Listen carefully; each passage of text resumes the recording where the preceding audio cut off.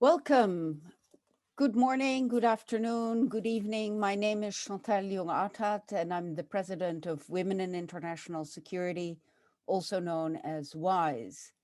This roundtable discussion is part of a series of roundtable discussions that WIIS is organizing in partnership with the Embassy of Liechtenstein here in Washington, D.C.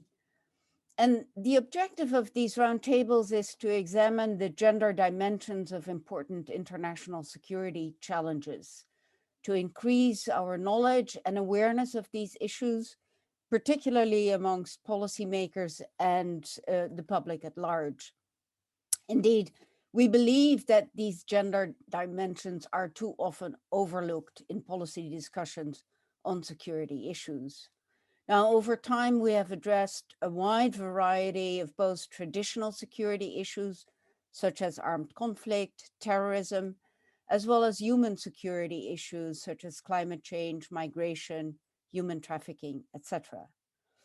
Today, we're going to talk about an exciting new and very complicated topic, and that is the relationship between new technologies, cyber security, and gender. And we have four extremely talented women to help us examine these relationships and hopefully also provide us with a framework on how to think about these issues. Now, before I introduce our panelists, I want to introduce our partner in this series of roundtables, Ambassador Kurt Jäger, the ambassador of Liechtenstein to the United States. Ambassador Jäger, may I invite you to say a few words? Thank you so much, Chantal. Once again, great thanks to you and your team at WIIS for putting together this event, especially the group of distinguished guests we have today to discuss this incredibly, I think, relevant topic. I mean, it's all over the news and it's going to keep us busy for a while. So cybersecurity is an issue, of course, that we all are more or less familiar with, whether you're an individual protecting yourself from everyday computer viruses, the nasty things you get, and the companies, the corporations, the small and medium-sized countries, all of them, or even the global powers, they are all protecting themselves against potentially debilitating cyber attacks, which are critical to their operations and even to some extent for companies, their survival.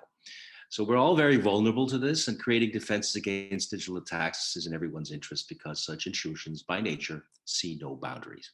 And as cybersecurity has taken on a greater significance recently, so too have the so-called gender biased manifestations we also seen in many other areas, and they repeat themselves here again. The security realm has historically been a very male-centric world, so has the digital industry. This gender imbalance is unfortunate and leads to blind spots when we are especially developing solutions and protections from cyber crimes. Today is estimate, I've been told that approximately 24%, a quarter, of the cybersecurity workforce in the world is composed of women. It's not bad. While these numbers do show a considerable gender gap still, studies also show that the number of women engaged in this field is increasing. That's good. And interesting, I've been told that women in the sector virtually tend to have a higher educated level than men do, which does show progress and stems some hope. And we all must be aware of the importance of having a diversity of perspectives and talent as we move forward to address such challenging issues like cybersecurity that will become more and more relevant in the civilian and military sphere. And while the issue of gender imbalance and getting more women engaged in the sector is extremely important, this roundtable today will focus not so much on numerics in the field, but as I understand, rather on the gender norms that actually shape the cybersecurity field and the relationship with the Women, Peace and Security agenda. Liechtenstein has been a champion of the United Nations Security Council Resolution 3025, which is most known by most people today, and the WPS agenda also is a part of our foreign policy priorities. And recently, we've become also an active participant in the European and global discussions related to cybercrime. Two issues there so far have been there's little progress, let's put it this way, the cybersecurity field, and that is particularly in the governance area, as I understand. And in this area, my country actively participates in the so-called open-ended UN Working Group on Developments in the Field of Information and Telecommunication in the context of international security. And the group adopted the final report, as most all of you probably know, by consensus on March 12th. And while the report as such is of course welcome, my colleagues in the UN, at the UN my mission in New York, also noted that the current and polarized political climate made these discussions rather difficult. And my country firmly believes that the cyberspace must be governed by international law, and that is contested by many. And the UN Charter, the United International Human Rights Law, and humanitarian law need to be followed and applicable in this area. And there currently does not seem to be a very widespread agreement on that, which is really regrettable. And well, there are inherent challenges to the attribution, of course, of responsibilities when it comes to cybercrime. We all know that, not easy to trace everything. My country believes that it is critical, nevertheless, to ensure accountability for violations of international law in that cyberspace, both from perspective of state responsibility, but also from individual criminal responsibility. The fact that it's difficult doesn't mean you shouldn't do it, and recognize the importance of it. And we also believe that it is key to include civil society actors in this area. We've seen this in various other areas of human rights law and activities, that you just have to involve the NGO community, academia, private sector in all these discussions. A second area where we have not made much progress yet, I believe, is the integration of a gender perspective in these discussions. As in many other areas, that's, doesn't happen early on in the process. It's always belated. And we need to ask ourselves, what impacts do cybercrimes have on people and different parts of society? And we often think of new technologies as cyber and artificial intelligence being something gender neutral, but that is of course not true. And unfortunately, much of the discussions on these technologies are not gender neutral, but rather gender blind. And that is to say, gender is not taken into account, at least not sufficiently. And I look very much forward to discussions today and to learn about how we think these issues and ways how we should move forward on this. Thank you so much for coming and attending this event. I hand over the floor to you, Chantal.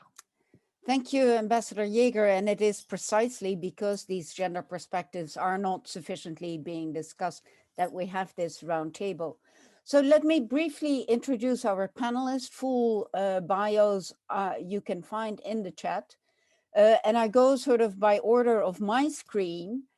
First, we have Catherine Miller. She is Assistant Professor of International Relations at the London School of Economics and author or co-author of a study published earlier this year by the UN Institute for Disarmament Research in Geneva, also known as UNIDIR. Second, I have Sarah Shoker. She is a postdoctoral fellow in political science at the University of Waterloo, where she focuses on the impact of emerging technologies on international security.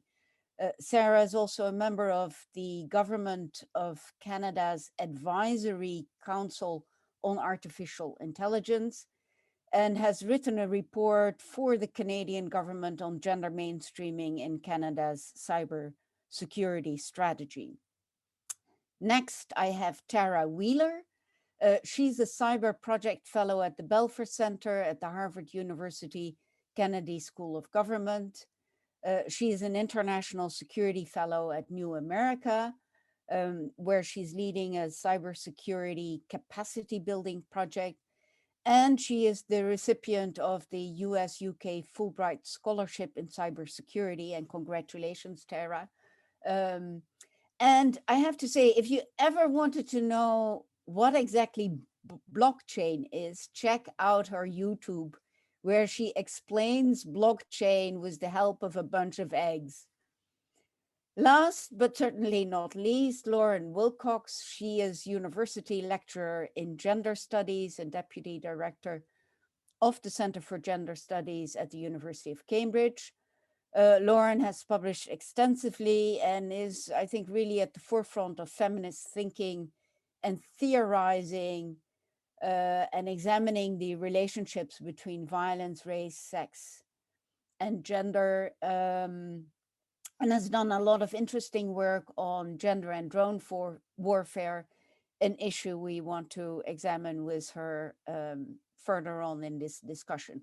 I also make a plug for you. She has a book coming out early next year, War Beyond the Human. Now, as Ambassador Jaeger mentioned in this roundtable, we do not want to focus too much on the representation of women, or rather, I should say, the lack of women in cybersecurity. This is a very important question, but there's already quite some attention, I think, to this topic. And there are a number of organizations who are quite active on this front, particularly I'm thinking organizations like Women in Cybersecurity. So what we want to talk about and discuss is how to think about gender and cybersecurity. What is that relationship between gender, technology, cyber, and security? So the way we're going to run this discussion is as follows. First, for the next 30 or 40 minutes, we will have a discussion amongst the panelists around 3 sets of issues. First is that first set of issues, how to think about gender and cybersecurity. Second, we want to hone in what this means in practice, and particularly in terms of drone warfare.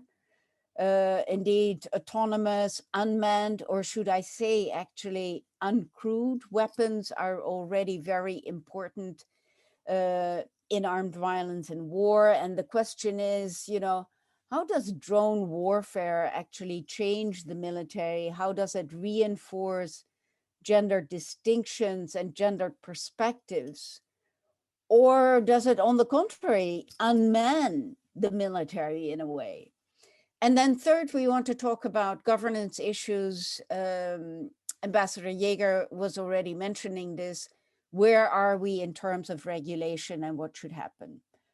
We will then open it up to Q&A, and my colleague Maeve Murphy will be helping to field that part of the discussion. Maeve, who together with her colleagues Kayla McGill and Roxana Vera-Rami, pulled together a study guide on cybersecurity that is available on our website as well as in the chat. I encourage all of you to write down questions and comments in the Q&A section. If possible, we will invite you to join the discussion when we go to the Q&A section. And so let's start with that first question. And I want to start with Catherine Miller. So Catherine, how should we think about gender and cybersecurity? What does it mean actually to integrate a gender perspective? How does gender or these gender norms shape cybersecurity activities? Catherine, over to you. Thank you so much, of course, to WIIS, Chantal, Ambassador Jaeger, for the opportunity to participate in this great event and for asking such a great and, obviously incredibly simple question. How does gender and gender norms shape cybersecurity activities? I think actually at the outset, it's worth noting that where we're sort of coming from, which is that it's sometimes a challenge of the imagination to see how gender and cybersecurity relate to each other, right? Particularly as we often, though not always, think of gender as pertaining only to people's bodies. And we often think of cybersecurity as highly technical and or digital, and therefore existing at some remove from bodies and people's daily lived experiences. And as a result, as the ambassador just mentioned, we often run into this common misperception that cybersecurity, like technology more generally, is gender neutral, right? So not aimed at men, women, or non-binary people specifically, and therefore not producing differential effects and experiences for people of different genders. But as we've heard, and as we know, as a result, much of cybersecurity is instead gender blind, meaning that it ignores incredibly important differences in the capabilities, needs, and priorities of women, men, and non-binary people as they are affected by cybersecurity threats and failures. And also, as the question highlights, it ignores the ways in which gender norms can inform our underlying assumptions and priorities within cybersecurity writ large.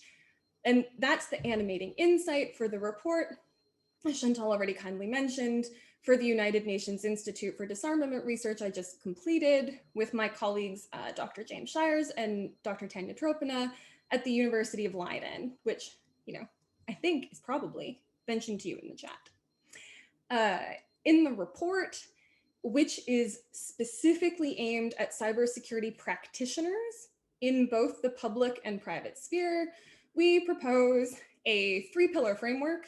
Who doesn't love a 3-pillar framework? Illustrated by key case studies to try to demonstrate a bit more concretely and practically how gender norms inform cybersecurity assumptions and practices.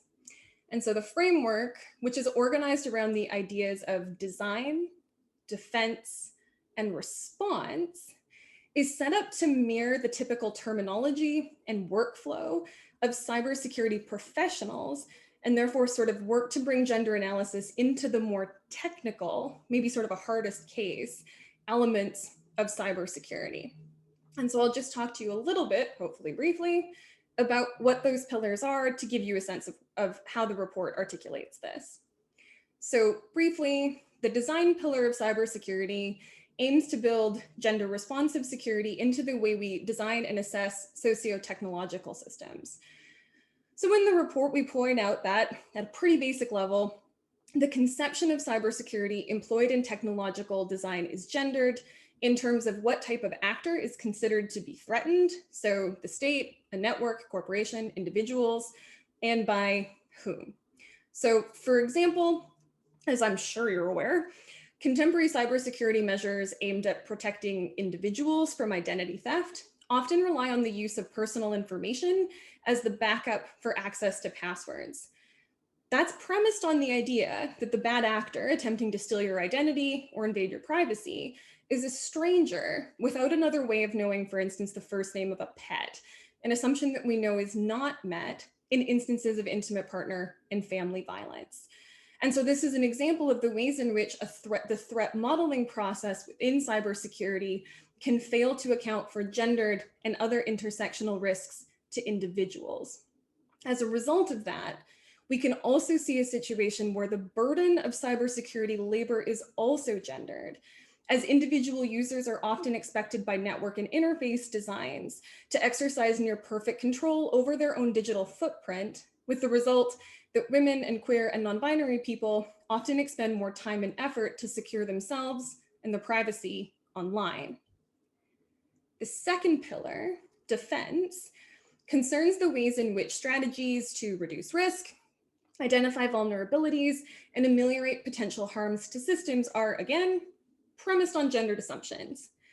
At a, again, pretty broad level, cybersecurity often, as I'm sure you're aware, imports strategic concepts associated with military security into the cyber realm. And in doing so, it also usually brings in masculine norms about prioritizing threats, usually to the state, maybe corporations, over civil society organizations and individuals, and what counts as an important harm, which is usually physical or violent harms, often to the state or public infrastructure, over non-physical harms, such as the harassment of LGBTQ+ people online. And that very basic norm has important consequences for how cybersecurity resources are allocated, not often to the protection of individuals or NGOs aimed at human rights protections. A gendered understanding of cybersecurity threat also recognizes that more sort of traditional cybersecurity threats, such as denial of service attacks, tend to have gendered outcomes, such as women's disproportionate vulnerability to personal insecurity as a result of power outages, and or the taking on of care work if hospitals, schools, or other public services are not operating. Finally, our third pillar, response, relates to how states and corporations, mostly states, respond to cybersecurity attacks, including post-incident investigation and recovery, as well as legal measures designed to punish and deter perpetrators. Here, again, at the broad level, we observe that masculinized and masculinizing norms of autonomy, control, and an avoidance of vulnerability can preclude actors from disclosing that they have been subject to cyber attack, thus impeding important information sharing regarding threats that we know is an important part of effective cyber response. Similarly, cybersecurity response can also demonstrate a really unfortunate but kind of predictable gendered and sexualized dynamic of victim blaming, wherein actors with insufficient cybersecurity defense measures are framed as asking to be hacked, shifting responsibility onto the party that has been harmed, rather than the one who committed harm. We also examine the ways in which cybercrime legislation, if done well, can ameliorate this, but if done poorly, can contribute to these dynamics, either through sort of, again, a lack of resources or prioritizations of cyber threats and harms, and or by the perpetuation of harmful gendered stereotypes about who is a victim, what a good victim does or acts like, as well as potentially racialized and gendered stereotypes about who is a perpetrator, which in the best instances support accountability, and in the worst instances can contribute to a racialized politics of incarceration or over-incarceration. And so overall, I'm wrapping up. The report makes the case that a gender perspective is a crucial component of the efficacy of any cybersecurity practice, technology, or mode of governance, to the extent that gender blindness is itself, obviously, a cybersecurity threat. It leaves many peoples and organizations vulnerable to cyber-facilitated harms, but also obviously blinds us to the ways in which, as we're talking about in this panel, gendered assumptions and logics create vulnerabilities within so-called conventional cybersecurity systems and practices as well. So we come to the bottom line that, as we're talking about here, absent a gender perspective, cybersecurity is not going to work. Thanks so much. Great, thank you so much. Lauren or Tara, would you like to make some comments? Can we ask questions? Yes, absolutely. Yeah. Mm-hmm. Thank you. This is really fascinating, and my own work hasn't gotten into the cybersecurity aspect of things so much. I was just wondering, in your, your framing of how cybersecurity needs to basically be better and more thoughtful and not be gender blind as it is are there trade-offs? Right? Is this kind of perceived by some who work in this field as a kind of zero-sum game, or do you see it as such? Like, are there trade-offs for some women versus other women, or in the way that which these things work out, or just in kind of, can things work better for women, or are they going to be just weaker overall? Are there either perceptions of this or actualities of forms of trade-off? Yeah, thanks. Yeah. Oh, sorry, Chantal, Yeah, why don't you take just a minute or so to answer that question, and we'll probably come back to that later on as well. So thank you so much. It's a great question. And the short answer is yes. But for ways that, like, I come to cybersecurity having previously worked on gender and like conventional military security. And this has been an interesting point where, right, usually when you introduce a gender perspective into a new institutional setting, you get like, no, we can't do that. And what I found really interesting about cyber, and we're talking actually pretty narrowly about like network security and malicious intrusion type stuff in the report, as well as some interface design, is that it sounds good. We like it. We don't like when our products or tools get misappropriated for dual use and abuse, but that they draw a very strong distinction between a bad use and a good use without necessarily feeding that back into the conceptualization process. And also there's an interesting reliance on technology per se as a strong limit to how much a gender perspective can be incorporated, right? So it's like, sounds good, but like, actually we can't do that. The system doesn't let me, which obviously for gender scholars, a funny thing to have literally sort of responded to you. Although a very like apt way of putting it. So you get resistances in that way. And I think it also means that because of this understanding of, as your work is familiar with, technologies being agential or potentially determinative, when a gender perspective is brought in, the ability to do so in a way that's intersectional, right, accounting for a plurality of axes of power or different geopolitical locations, or in a way that's dynamic, rather than we changed it and now it's fixed, is like quite limited. And I'd be interested to hear how people work in this field as practitioners grapple with this particular way of resisting or framing the limitations upon gender work in cyber. Okay. Tara, do you have an initial question or comment? If not, we can also do that at the end. I do very much. I'm so grateful for the report and the work that you've put into this, Catherine. Thank you. I do want to ask a question about some differentiations in not just participation in, but progress and leadership in cybersecurity, especially at the most senior levels. And respectfully, Ambassador, the fact that women are gaining additional degrees does not necessarily mean that they are actually being promoted past a certain point. In fact, a recent ISC2 study showed that among minority cybersecurity professionals, they were 20% more likely to have a master's degree or an advanced degree in order to get the next promotion. I would argue that in a case like that, more degrees is actually a sign that something's wrong, not getting better. So I want to really just dig into how we are envisioning women in roles of senior leadership in cybersecurity. There's still a discomfort in the world at hearing words of authority and power and confirmation and negation come out of a woman's mouth. And I really want to call out especially how hard it is, not just for the women in this room, but for women of color, for whom the numbers grow even more problematic. I'd love to know what differentiations there are in levels and, if possible, in just the challenges of especially women of color getting those senior leadership roles. Thanks, Tara. That's such a great question. And I have to admit, not something we had a good look that I have seen really well disaggregated data on, frankly, which is in and of itself sort of a research problem in terms of understanding the current state of both equality, but also equity in terms of participation in STEM roles. Thanks, Tara.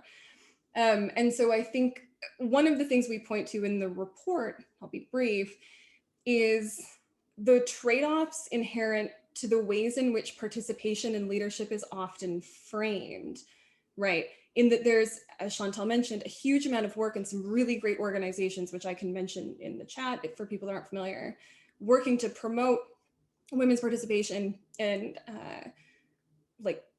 LGBTQ plus people's solidarity and participation in STEM and in cyber, but a lot of it, not all of it, is aimed at being accommodated within the existing system. So as you're alluding to, Tara, help the individual overcome structural barriers, right, and discrimination to be successful despite them. And there's an inattention and a real inertia on creative thinking about transforming institutional structures and gender norms that produce the situation in the first place. We're seeing a real offloading of work onto the individual to be successful despite it, which is a generalization.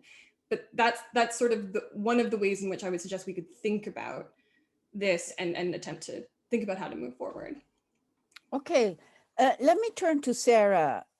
Sarah, how do you think about the relationship between gender and cybersecurity? And in particular, what kind of particular gendered security challenges are created by digital information communication technology? Okay, so big question, and I might riff a little bit here. I don't necessarily have prepared remarks, but I will say that I would conceive of gender as or using gender as an analytical framework in cybersecurity, as it were. I think of it as a corrective to international security and international relations broadly, simply because my field has a bit of a haphazard, unfortunate background or history in being able to routinely fails to predict shifts in the global order because of its focus on large-scale actors or state-to-state, or its traditional focus on state-to-state conflict. And at the UN meetings that the ambassador was alluding to earlier, you see a lot of civil society groups calling for what they deemed human-centered, a human-centered cybersecurity approach, which has some echoes to the older human security discourses of the early aughts in the 1990s, for sure. But from my position, I think of looking at gender in the realm of cybersecurity as important for two reasons. The first reason is simply ethical, and the second reason is practical. And that's the fact that, right now we live in a world where digital ICTs mediate the relationship between human beings and their governments. And so when women don't have access to digital ICTs or full access to their digital ICTs, then they are deprived of the range of rights and being a full range of their rights and being full members of any kind of political community. So, first of all, it's just the right thing to do to consider gender in these discussions. But then, of course, there's the practical consideration, and that seems to be gaining some traction within the WPS agenda, certainly within the Canadian context. And they'll even mention this on the Global Affairs page that talks about the WPS agenda, and they'll link to studies supporting this particular assertion that I'm about to talk about, which is basically the research that in international relations that indicates that a country's commitment to gender equality is an excellent predictor of state aggression on the international stage. And some authors, and I'm thinking here of Valerie Hudson and co, will argue that gender equality within a state's borders is a better predictor of international aggression than even democracy and levels of wealth. So recently, the field of international security has been advancing what we might call the national interest argument in taking gender seriously. So if you can incentivize a commitment to women's equality, as the argument goes, then there are positive externalities to the international community, and those externalities are international peacefulness and stability. So there's a practical argument for women's safety and also women's access to digital ICTs. And from the report that I did for Global Affairs Canada, not that I represent them by any means, I was contracted as an independent researcher, but the argument that I made was that if you are going to try and use a gendered approach to examining cybersecurity issues, then basically you have to become dedicated, empirically dedicated to making women visible in a field that has historically ignored their role in shaping international affairs. If you don't include gender in your analysis, then you're ignoring half the planet's role in shaping international security. And that's especially difficult at the international level because a number of the issues, especially when we're talking about safety and particular vulnerabilities, are often not conceived of as international security per se, but as cybercrime.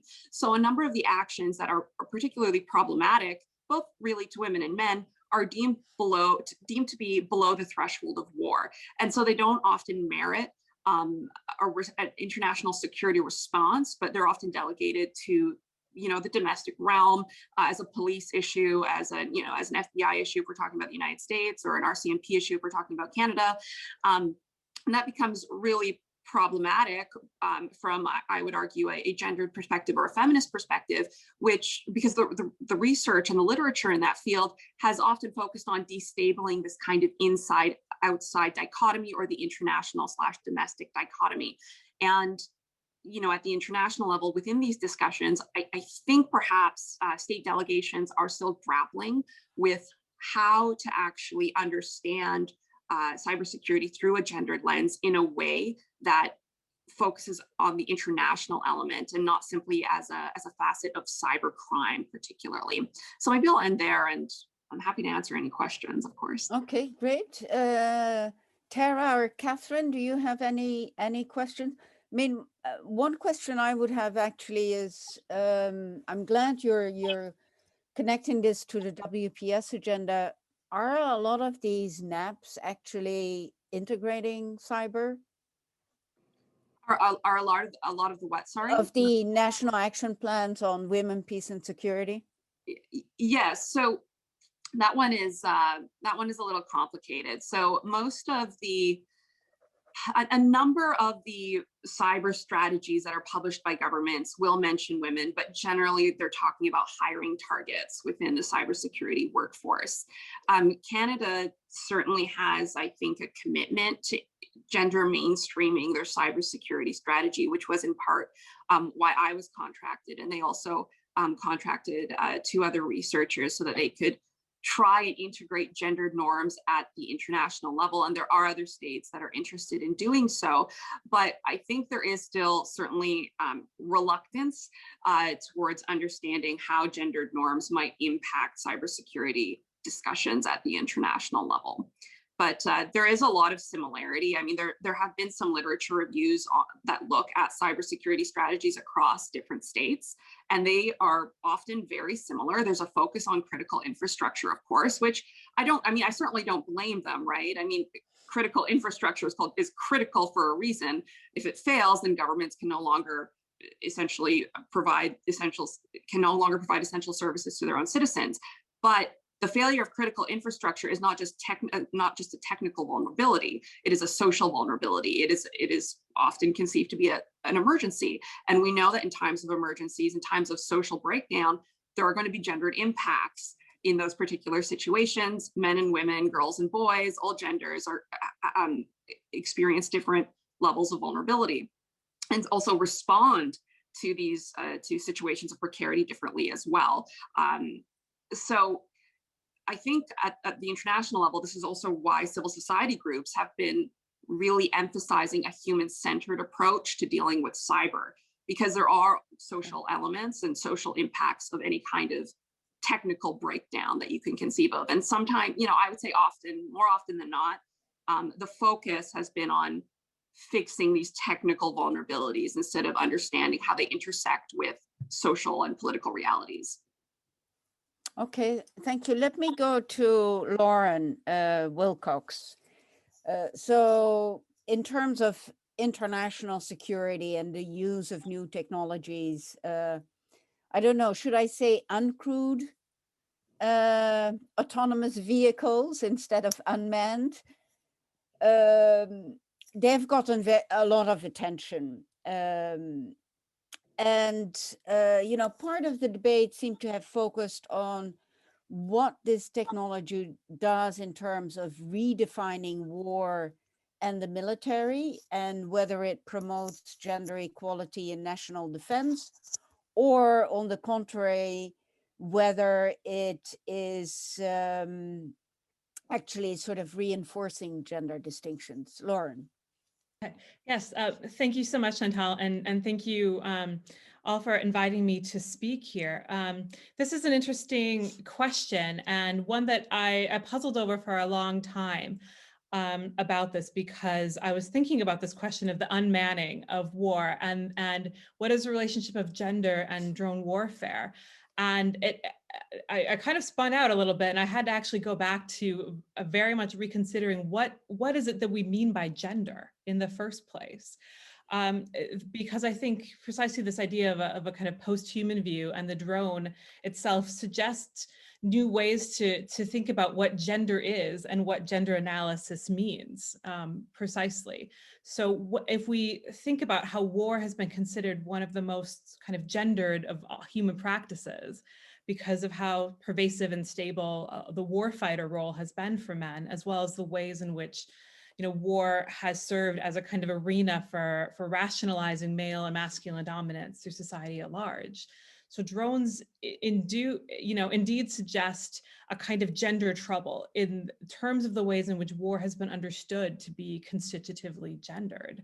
So my work is less about drones per se, and we can open up this question of like what counts as a drone, but I'm specifically talking about this kind of unmanned, uncrewed forms of warfare that are sort of iconically represented in your Reapers and your Predator drones and things like this, although it means far more than that, but I'll talk about that. But I think it's less about drones per se than what the question of what we come to think of as drone warfare, particularly in the last decade or so, opens up for what we think about the broader questions of gender and war. So we know, for example, that there's writing by like Lorraine Bayard de Volo, who looks at the ways in which, say, fighting at drones is less successful than other kinds of war at securing this masculine role or masculinity for warfighters, as it's perceived to be less prestigious. We can also think about a certain kinds of gender trouble in war, in drone warfare, in its troubling of that kind of domestic, foreign, or home and away between the practices of war, where kind of the women stay home and the men go off to war, aspect of this, when you're sort of at home but at war at the same time. And I think one of the things that this does, drone warfare, is this kind of specific iteration of kind of state violence here that participates in this kind of, again, this like gender blind, ostensibly gender neutral discourse of equal opportunities. So, you know, men and just as well as women, you don't need, you know what I mean, the upper body strength, you know what I mean, or something like this, you know, that has sort of served as a rationale for keeping women outside of combat roles, that you know, when we move war to something very high tech, that this is a kind of equal opportunity for men. But we also know here that this idea of equal opportunity militaries as a sign of moral superiority often serves to legitimate overseas military actions. So I sort of investigate the question of the gender of the drone and what it opens up for the deeper connections between the work that the concept of gender does and its entanglement with questions of technology, and how this can really be sort of epistemologically and historically intertwined in military and warfighting technologies. And I argue in my work that these kind of post-human visions of particularly of a kind of separability or malleability of bodies and technologies and cultures are the same kind that can really enable radical visions of gender and sexual freedom, but can also be used in kind of violence and exclusionary practices. So feminist scholarship here that has taken up the question of this post-human, it's a way of describing an era in which neither the subject of women nor even of the human can be assumed kind of a priori as the subject of politics or violence, right? So I think what drone warfare forces us to confront is that question of bodies, like Kate brought up earlier, as both as kind of subjects and objects of violence that are neither kind of this wholly other than human version in a, say, a kind of fetishized drone that's like this autonomous robot monster thing, nor of a kind of disembodied information processor as well, that we need to think about, that it's the kind of the post-human here gives us a way of thinking in terms of forms of entanglement of machines and bodies and their kinds of emergent properties, which I mean is like, you know, the sort of greater than the sum of its parts, were brought together, and particularly for the ways in which drone warfare participates in the gendering and racialization of bodies. So for me, this post-human subject of the drone complicates the question of gender and warfare, because the question of gender becomes more complicated when we can't assume a kind of individual humanist body as grounds for our politics, as sort of theorists of media and technology in the digital age make clear. So this is a different vision than the one maybe those of us have, where we sort of start from an a priori sexed body, and that gender is that kind of cultural, ideological, political overlay on top of it. We're kind of going to question that sort of cultural material differentiation between our bodies and culture, and of the sort of technologies that connect them around here. So I think a feature of the discussions here is that for starters, it's a mistake to think of the drone as a kind of disembodied substitute for the bodies of soldiers. That is this kind of other than human body. And the use of weaponized drones to supplement and sometimes supplant manned aircraft is really at the forefront of debates over the use of artificial intelligence and big data, and ultimately lethal autonomous weapons in the kind of provision of violence without the potential loss of human pilots. But we still tend to get stuck in kind of a zero-sum game, right, with humanity versus the machine, and, you know, to what extent is humanity still in the loop, and this kinds of questions. But on the other hand, what I want to argue is that drones really force us to kind of confront this entanglement of the human and the machine as well. And I think one of the ways in which it does this, and I'm really looking forward to hearing Sarah's thoughts about this as well, is because of the ways in which the forms of targeting that take place. If we understand kind of drones to involve like not just a pilot and a sensor pilot, but all kinds of forms of information processors and human and non-human forms of intelligence and surveillance and command and control, we also see them as kind of participating in a ways in sort of broader practices of targeting that build upon forms of counterinsurgency practice that are about trying to differentiate a friend from an enemy, right?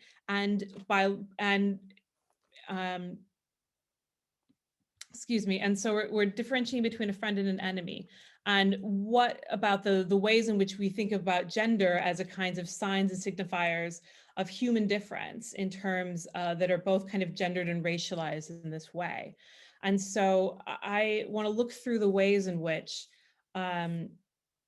sort of assumptions about gender and race are used to be kind of operationalized and that reproduce sorts of the kinds of longer racialized and colonial discourses about marking gender and racialized differences, and that the ways in which the drones as both a kind of assemblage of both humans and technologies kind of work together to reproduce this. So I could say a lot more, but I want to stop there and continue our discussion from here. Okay. Thanks. Maybe a brief reaction from you, Sarah, since you also worked on gender and drone warfare. Yeah, so maybe I'll just talk a little bit about what I did in context of that research. So I spent a few years researching, but also interviewing individuals who were involved in US counterinsurgency or drone warfare in some way. They were all veterans. So what they actually told me, because the question, of course, of whether indeed drones are unmanned or not is a big question even amongst military practitioners. And one of my respondents responded and said, actually, it's better to think of it as hypermanned warfare. If you think about a drone crew and the number of individuals who are involved in just ensuring that a single drone runs, you have extensive crews. A Predator, I mean, I know they're, the Predator A and the B are not really, are now defunct, but at the time, I think it was about 24. And if you're talking about a Gorgon Stare, which is primarily just intelligence, surveillance, and reconnaissance, because of course, not all drones are equipped even with a missile, you're looking at an even larger crew. So the question here is it unmanned or is it just invisible warfare? And it is, I think, really difficult to perhaps notice the footprint that drone warfare elicits, but it's still there. And it's more transnational. It's more persistent because, of course, that's the appeal of drones, their ability to loiter for longer times, to collect that data. But that does not necessarily result in a reduction of human influence in the system itself. They are socio-technical systems. And even in the context of AI, this is why now we hear, again, at the UN level, in the CCW meetings on lethal autonomous weapons, a number of military practitioners and states have opted to use terms like human-machine teaming. They want to ensure that people don't forget about the human context in these socio-technical systems, especially as a reaction, I think, to the Killer Robots campaign, which is, of course, a coalition of civil society groups. But the killer robot, that imagery certainly elicits a unhuman and non-human autonomous actor that functions only on data. So I mean, I would certainly argue that these systems, or any system that uses any form of automated decision making, is going to hide a large apparatus of human workers. And some researchers actually call this ghost work. So you can think about data labeling, for example, anything that uses a data set. Often, I mean, probably not in the military context, one would hope, but certainly in commercial systems, you can think of Mechanical Turk or Amazon's Mechanical Turk, where a transnational army, not a literal army, but a contract worker army, are responsible for labeling a lot of machine vision training sets. And these people are often invisible, but they are foundational to ensuring that these systems run. And beyond that, just to respond to Lauren's point, highly gendered. Drones are also highly gendered. Certainly within international human law, there is, I'm summarizing and speaking very broadly here, but within violent conflict, you're supposed to embody one of two identities, that of the combatant or the non-combatant or civilian. But we know, practically speaking, there is empirical evidence about this that indicates that the targeting decision is not epistemically neutral. People come into drone warfare with ideas about who counts as innocent and non-innocent, and they use gender and race to identify and also to predict violence and aggression on the ground.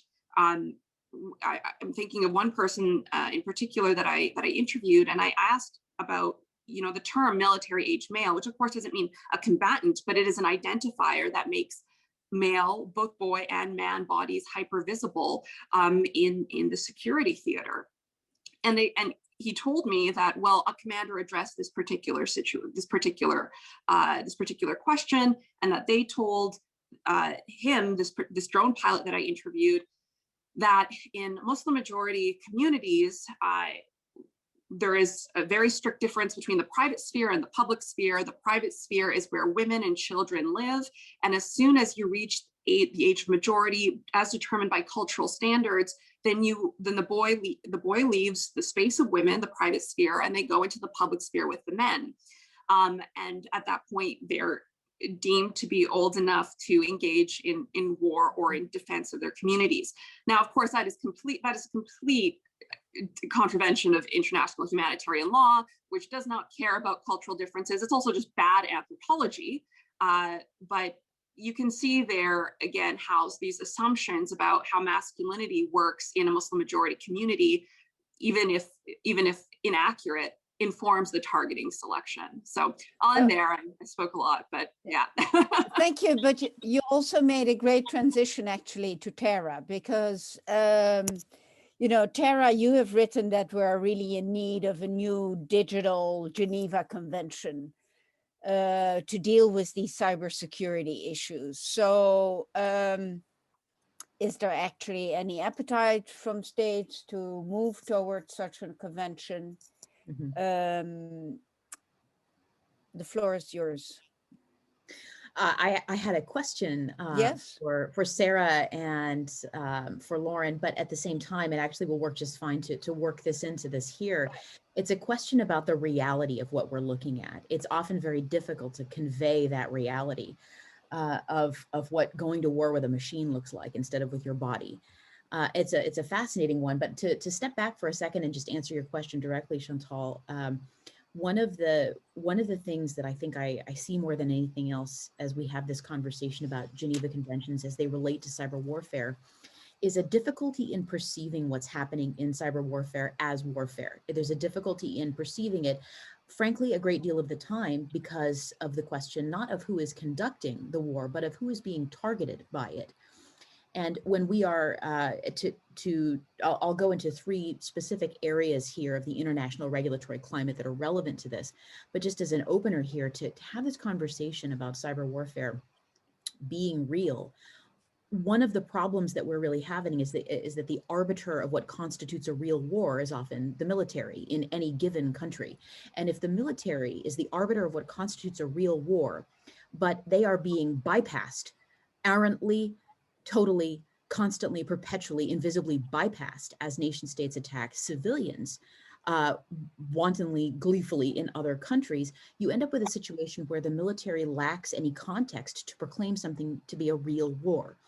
And unfortunately, we see the effects right now and over the last, especially the last 5 years, of state level attacks on civilians. So to have a conversation about digital Geneva Conventions, we need to, let me note, first of all, that I actually strongly note that applying the Geneva Conventions to the digital world is not the same thing as declaring that we need brand spanking new Geneva Conventions to go with. We already have rules that say that you're not allowed to attack hospitals, that you're not allowed to attack places of worship or civilian facilities dedicated to the support and succor of widows and orphans. To do this, the first thing I'd like to do is bring up the Rome Statute of the International Criminal Court.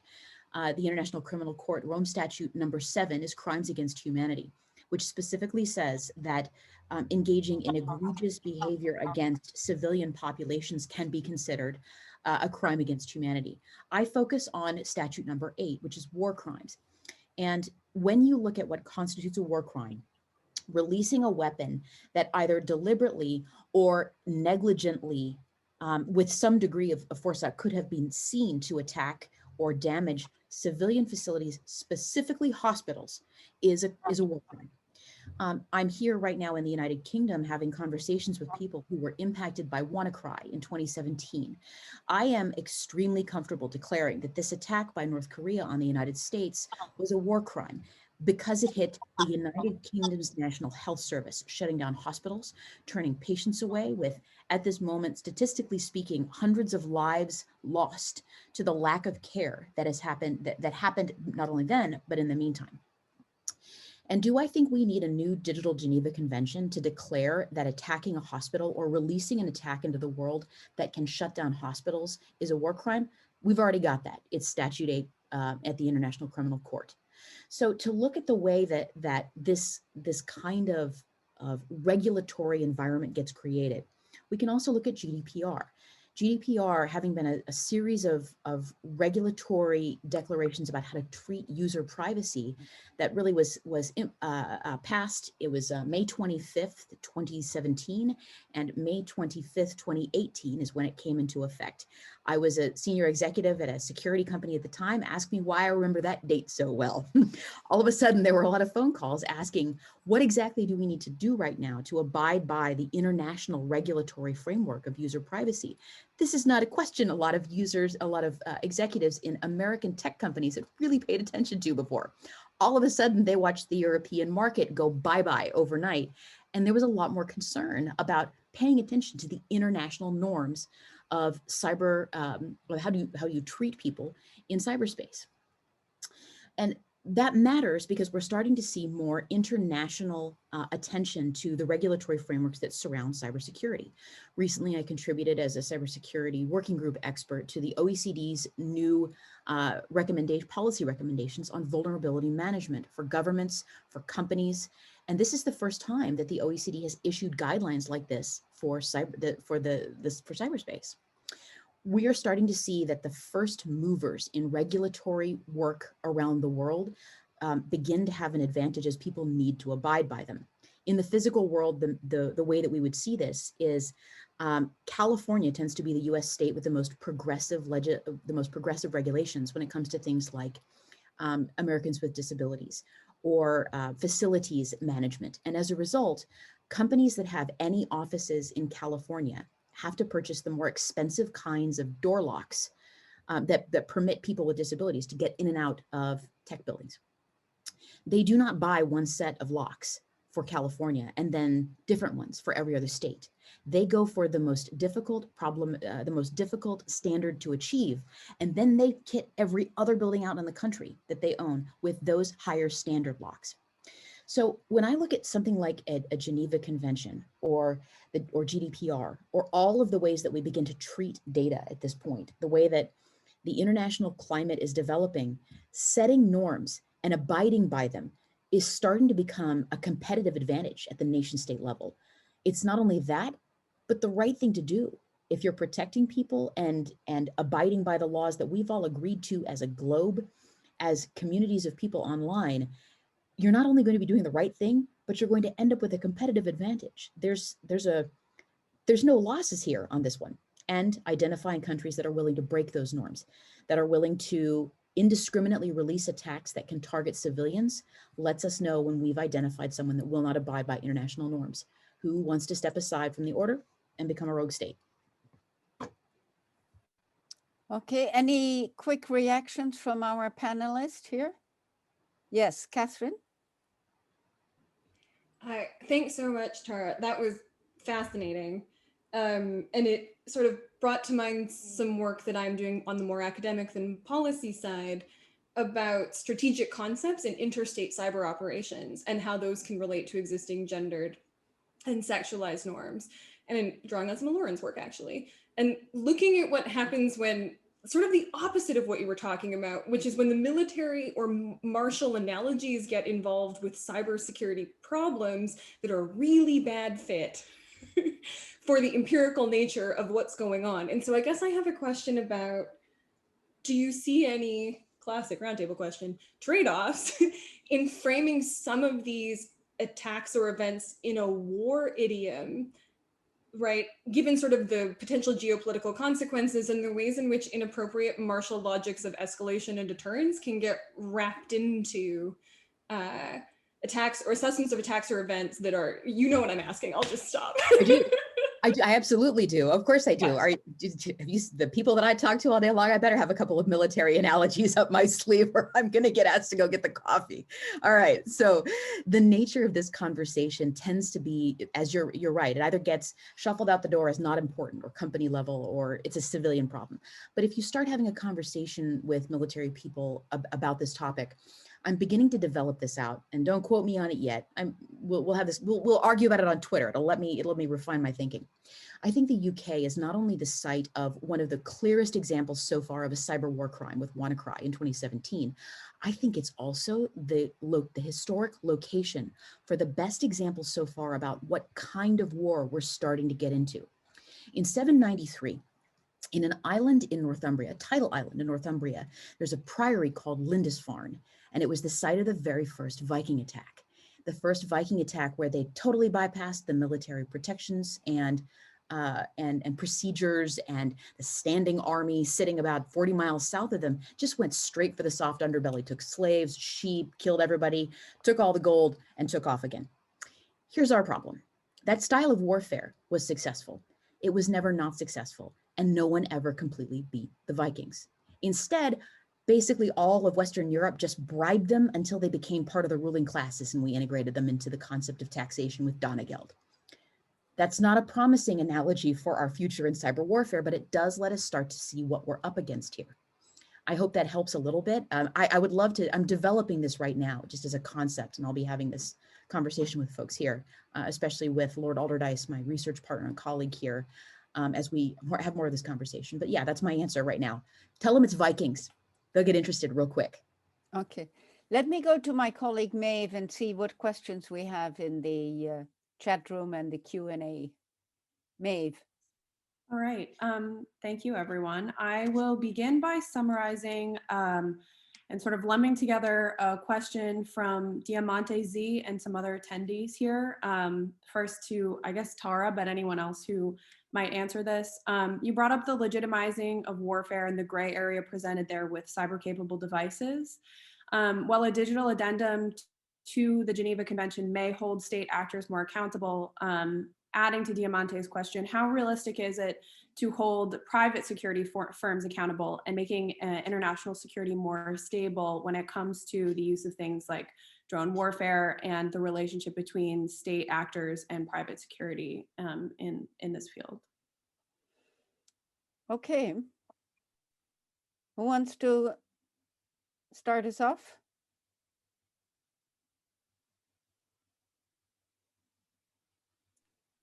Maeve, do you have any more?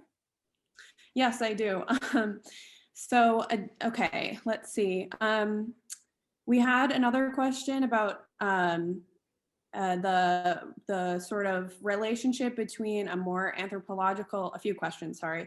The more anthropological, more human-focused approach that Lauren and Sarah have emphasized. And how might we unseat these harmful assumptions about terrorist or combatant profiling through new standards in cybersecurity and in order to center a more anthropological approach? And is this a place where we can mainstream gender considerations from the start in terms of recreating how we approach warfare in light of the and things like drone warfare, but also cyber attacks more generally? Okay, let me start maybe with you, Tara, because I think you have a hard stop at 1:15. So why don't you take the questions that Maeve just raised? And I have different question, and that is, are there particular gender provisions that we would need in either existing regulations or, you know, legal instruments or any new instruments? I'm interested in all of the questions that have been brought up, and I'll do my best to try to synthesize for just a moment here. And then I'm definitely going to be extremely interested in Catherine and Sarah and Lauren's responses to this as well. I think when it comes to the gender application of what we're describing right at the moment, it's very much about the conversation of what constitutes a combatant and a non-combatant. And I think much of the questions that have been raised in the chat are really about that question. Where are we targeting this? Who's a victim? Who's the kind of person we should punish people more for targeting? And it's one of the questions that comes up certainly when we talk about private security firms. So I would say that the question we need to start asking ourselves is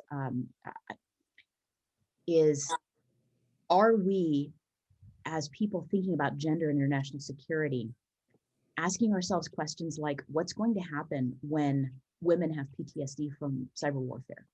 What's going to happen when we start asking ourselves the question, should women be required to register for the draft if the primary form of warfare in future is mechanistic?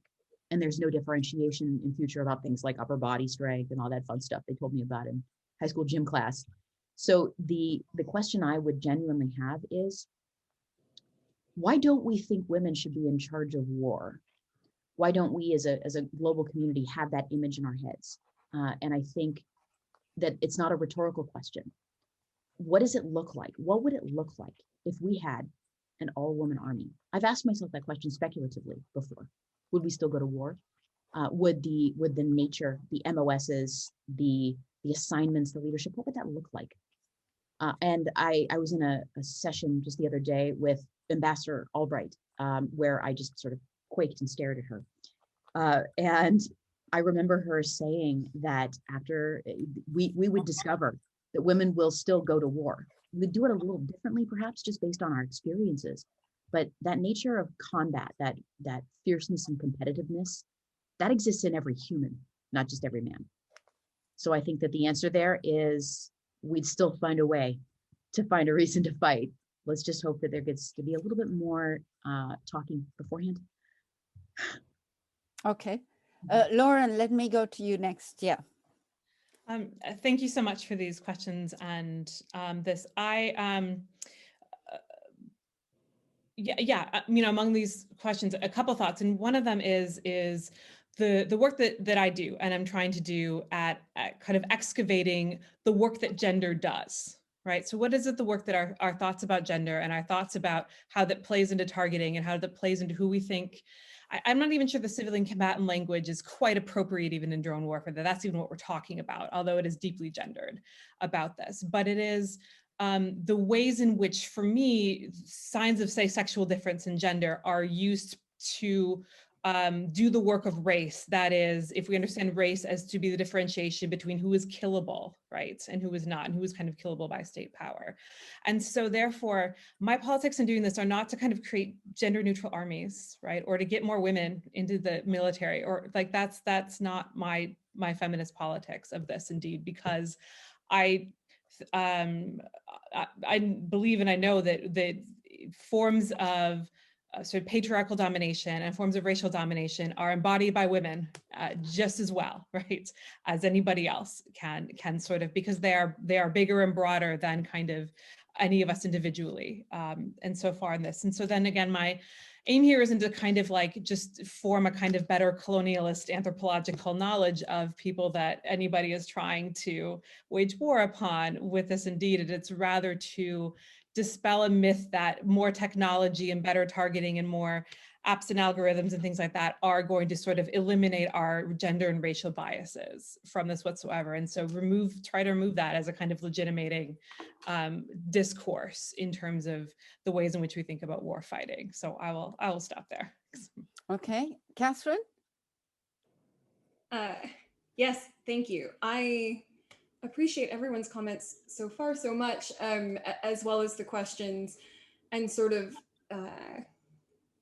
would sort of reiterate and endorse Lauren's, well, overall statement, but concluding point in particular, as well as noting that one other way of thinking about that is sort of trying to peel apart, although it's not really extricable, is when we're talking about embodied differences between people, right, or individuals, and when we're talking about gender as social set of norms, concepts, ordering structure. I'm like literally quoting one of Lauren's articles, in terms of setting this up. And I think from a political perspective, they are not separable, but from a policy perspective, being clear with which understanding of gender is being implemented and assessed can really help bring across whether we're talking about equity and equality or whether we're talking about the normalization of certain patterns of engaging with cyber violence and so forth.